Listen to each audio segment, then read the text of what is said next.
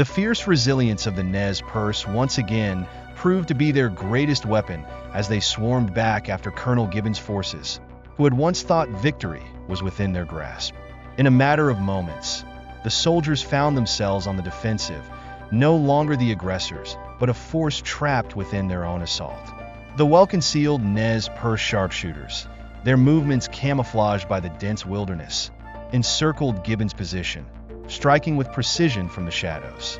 Every attempt by the soldiers to regroup was met with deadly fire from all directions, as the warriors tightened their noose around the bewildered troops. While the warriors held the army under siege, Chief Joseph, ever the protector of his people, seized the opportunity to lead the families and herds away. Under the cover of darkness, Joseph moved them southward, ensuring their safety beyond the reach of Gibbon's forces.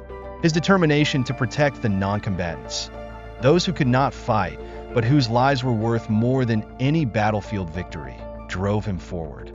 Joseph knew that their survival was paramount, and the war chiefs and warriors trusted him to guide the vulnerable to safety while they fought to hold off the army.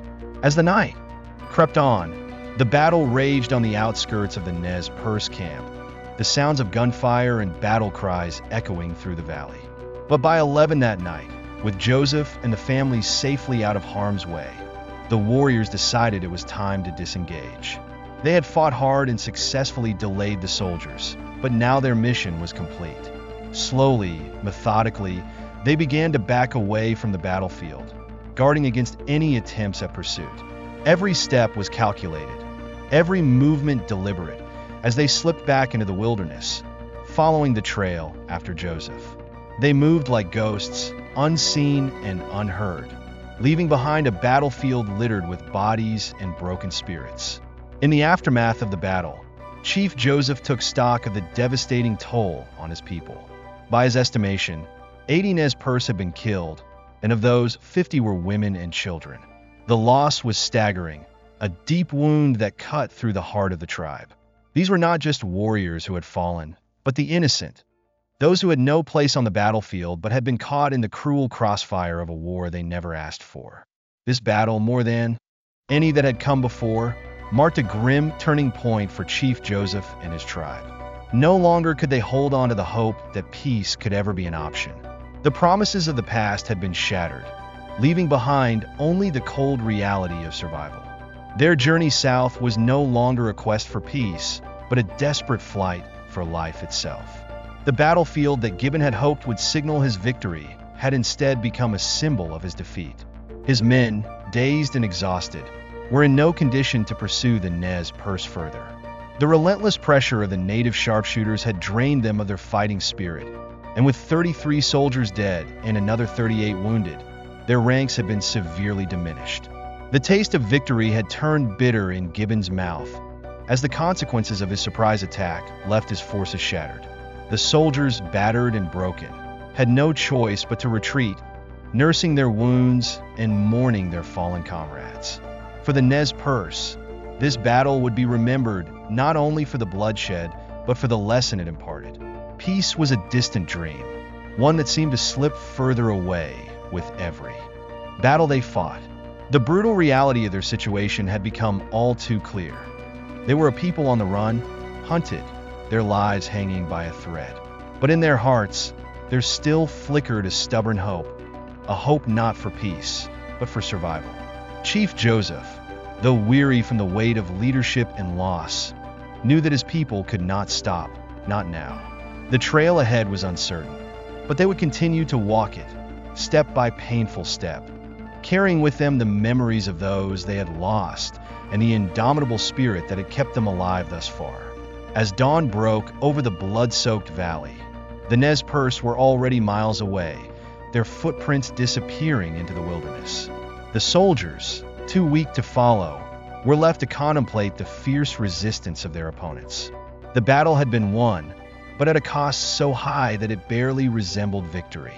The Nez Perce had once again evaded capture, and though their losses were heavy, their will to fight remained unbroken. The aftermath of the Battle of the Big Hole left both the Nez Perce and the U.S. Army reeling from the profound losses they had suffered. Among the soldiers, the toll was particularly heavy. 14 of the 17 officers who had bravely led the charge were now casualties, either lying dead on the battlefield or writhing in agony from grievous wounds. The once confident and disciplined ranks of Colonel Gibbon's men were shattered, their spirits crushed by the unexpected ferocity of the Nez Perce resistance. As the sun rose the following day, General Howard's troops finally caught up, arriving at the grim scene that bore the scars of the brutal confrontation. What they found was a haunting tableau of devastation. The surviving soldiers, still dazed and traumatized, moved like specters among the fallen. They were engaged in the somber task of burying their dead comrades, digging graves in the hard earth with a silent reverence. The groans of the wounded echoed through the encampment, a chilling reminder of the battle's brutal cost. Medics and fellow soldiers tended to them as best they could, using whatever supplies were available to alleviate their suffering. The stench of gunpowder and blood hung heavy in the air, mingling with the scent of pine and earth, creating an atmosphere thick with sorrow and defeat. General Howard surveyed the scene with a heavy heart. The sight of his men in such a state of disarray was a stark contrast to the disciplined force he had envisioned. Determined to press on, he knew that any delay could allow the Nez Perce to slip further away. But his troops were in no condition to continue the pursuit immediately. They needed rest, reinforcements, and a renewal of spirit. Meanwhile, miles ahead, the Nez Perce were making critical decisions of their own. The realization had sunk in that any hope for peace with the U.S. government was a futile dream. The Battle of the Big Hole had stripped away any remaining illusions. The path forward was clear, yet perilous. They would seek refuge in Canada, following in the footsteps of Sitting Bull and his people who had fled there after the Battle of the Little Bighorn. Canada represented not just a physical sanctuary, but a symbol of hope, a place where the relentless pursuit might finally end. Under the leadership of Chief Joseph, Looking Glass, and other esteemed chiefs, the Nez Perce began their arduous journey eastward toward Targhee Pass. This pass would guide them over the formidable Continental Divide and into the vast expanse of Yellowstone, a land of untamed wilderness and natural wonders. From there, they planned to turn north, making their way to the Canadian border. The journey would be treacherous, fraught with natural obstacles and the ever-present threat of the pursuing army. Despite the urgency, the Nez Perce moved with a calculated pace. They were intimately familiar with the land, using their knowledge to navigate through difficult terrains while masking their trail. But they were acutely aware that General Howard was not far behind. His determination to capture them was unyielding, and they knew that he would stop at nothing to bring them to heel. Recognizing the need to delay their pursuers, a bold plan was conceived. In the stillness of a moonless night, 28 of the most skilled Nez Perce warriors prepared for a daring raid on General Howard's camp. Clad in garments that blended with the shadows, they moved silently through the darkness, their footsteps light and deliberate. The air was crisp, and the sounds of nocturnal creatures provided a haunting soundtrack to their stealthy approach. As they neared the perimeter of the camp, the warriors communicated with subtle gestures, their eyes reflecting a fierce determination. The soldiers were weary from the day's march, many of them asleep or inattentive, their guards lowered under the mistaken belief that the Nez Perce were far ahead. The warriors slipped past sentries, who were either absent or oblivious, their minds dulled by exhaustion. Once inside the camp, the Nez Perce warriors moved swiftly. Their target was the corral where the army's horses were tethered, a vital asset for any military force. Without horses, General Howard's troops would be immobilized, giving the Nez Perce precious time to increase the distance between them. The warriors worked efficiently, cutting reins and leading the horses away without a sound. A few of the animals snorted softly, but the soldiers remained unaware of the unfolding sabotage.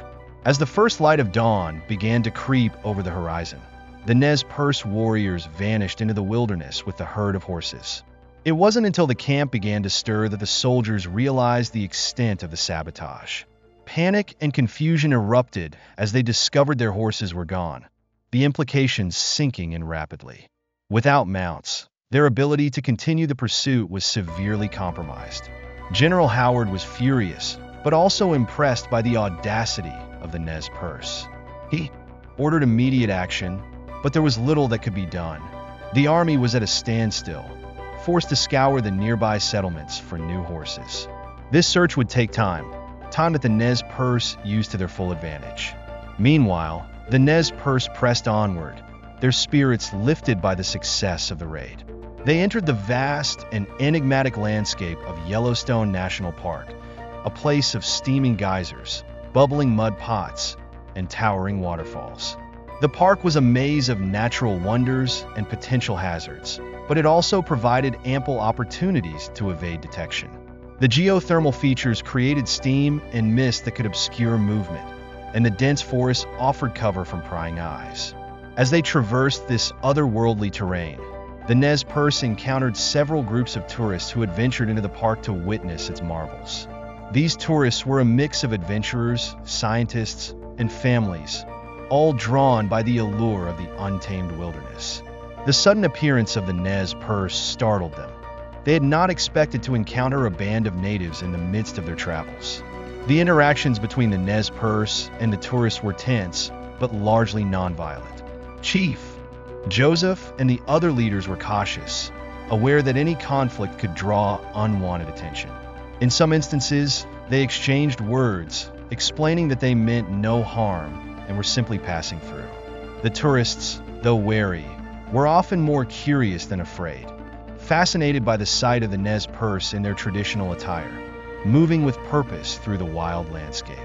However, there were moments of danger.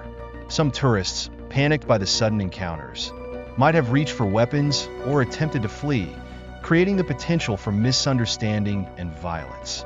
The Nez Perce, mindful of their predicament, avoided unnecessary confrontations, guiding their people around known tourist paths whenever possible. Back in the settlements, General Howard's men were gradually acquiring new horses, but the process was slow and frustrating. The loss of their mounts had not only delayed their pursuit, but also dealt a blow to morale.